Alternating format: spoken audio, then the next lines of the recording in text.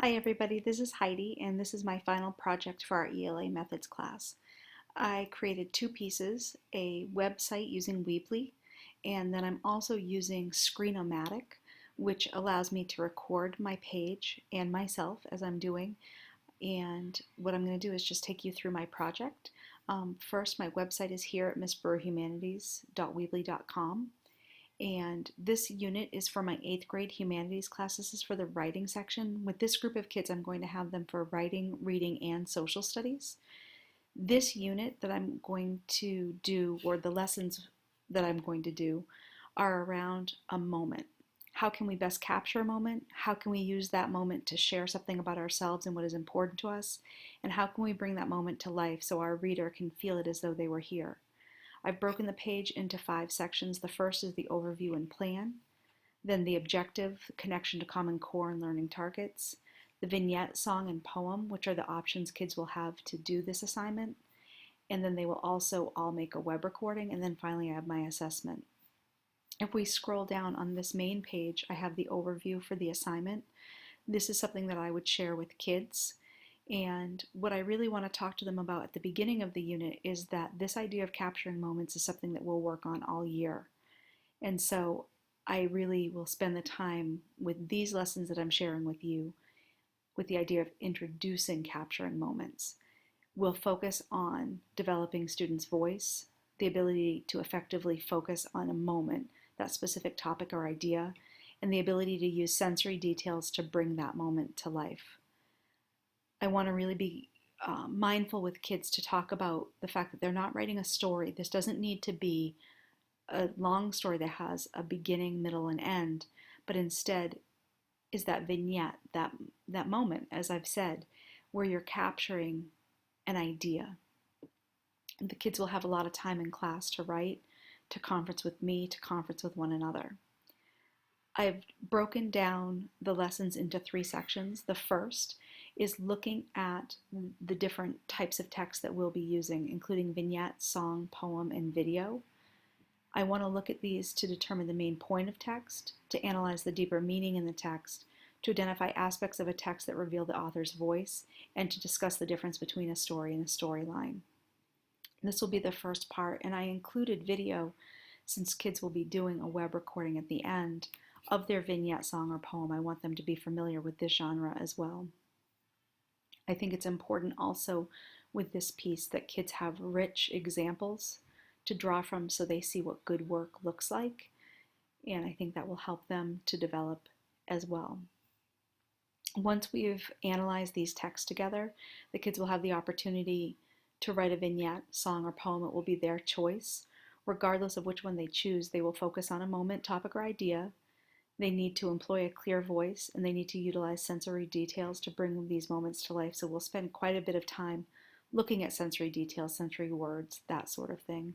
And additionally, the focus of this piece needs to be on sharing something about who the author is and what is important to them so that the reader learns a little bit more about themselves. Finally, kids will record their vignette, song, or poem as a video or audio using a web recording device.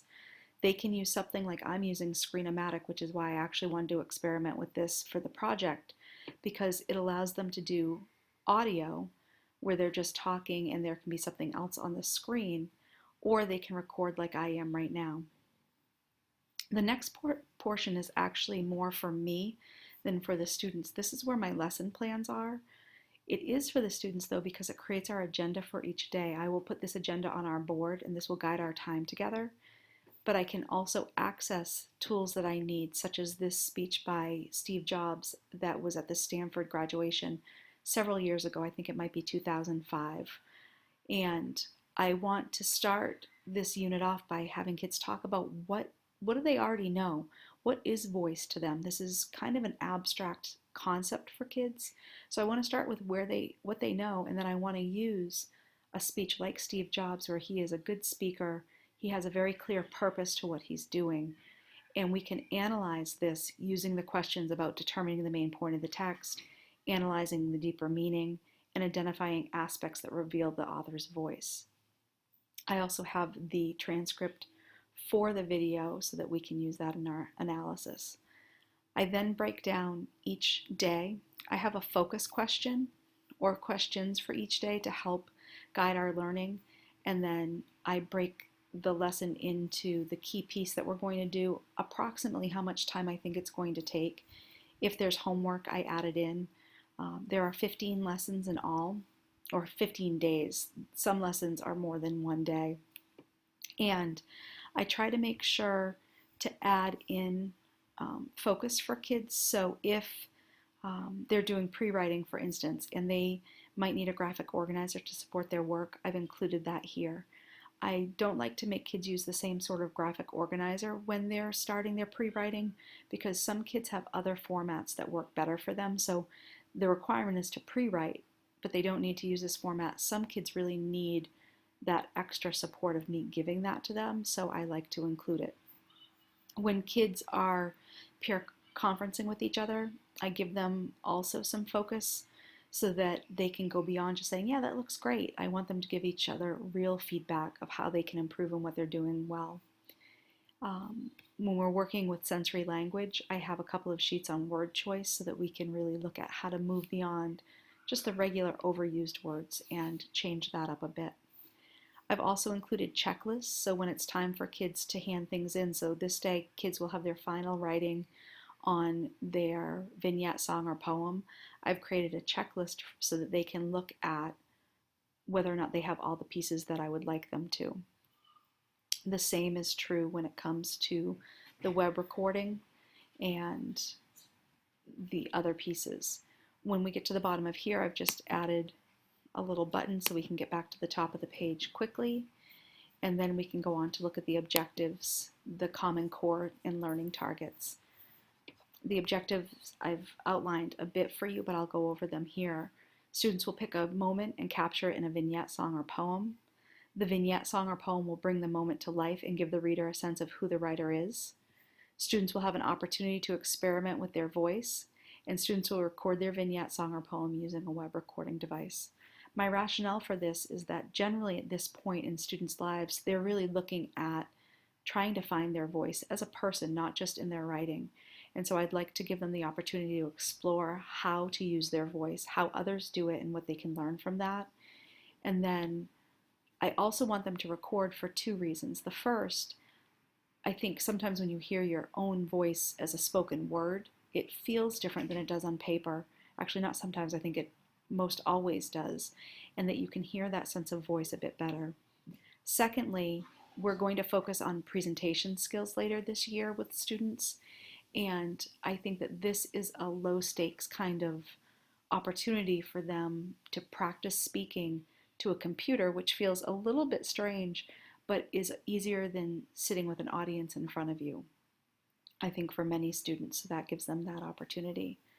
I've outlined my Common Core standards here, as well as the learning targets here, which I broke down into the different pieces where they're analyzing the story, analyzing the different text, they're composing their piece, and then finally recording. I've included an above and beyond challenge also. I think it's important for kids who are ready for an extra challenge to have that opportunity presented to them. The vignette, song, or poem is really the meat of this lesson.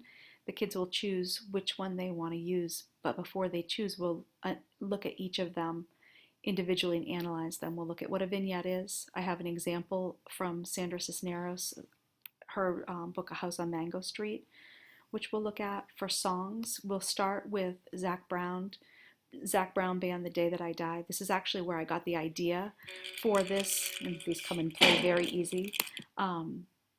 This is where I got the idea for this unit. I was at Fenway at the Zach Brown Band concert earlier this summer, and I heard this song, and it made me really think about this sort of goal setting that is so important for kids to do, to really think about what's important to them, who are they and how do they express that? And I am hoping by focusing on something that has to do with the kids themselves that it will give them that buy-in and we'll really get to start working on these pieces. I've also picked The Weather's Changing by Martin England and the Reconstructed, who are a local band. I have a friend who is a singer and guitarist in this band. She actually plays banjo as well, and does a variety. And I'd like to have the kids pick a song that they really like and analyze it to look at voice, text, um, all of this meaning. And I plan to use this to model that work with them. Finally, we have a poem, and I'm going to use an excerpt of Song of Myself by Walt Whitman. And we'll look at this TED Talk by Stephen Burt, Why People Need Poetry. And I think the kids can gain a lot about words and how to use language from that. We move on to the web recording, where I have a couple of different videos for kids to watch. One on the technology of storytelling, which I really like the idea that historically storytelling has been an oral art, and so I think this web recording is an interesting way to pick up on that.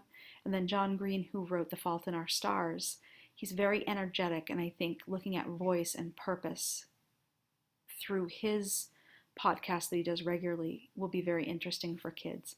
I've included some tips for making a web recording that we'll look at together, and then if kids would like to look at some more recordings, I've given them a few that may be useful. Finally, I have our piece on assessment. I have two rubrics here, one for the written piece and one for the recording. These are rubrics I could use, but I actually would like to have discussions with my class to create a rubric together for these pieces. Thank you for your time. I'm looking forward to your feedback on my project, and I look forward to seeing all of yours as well. Thank you.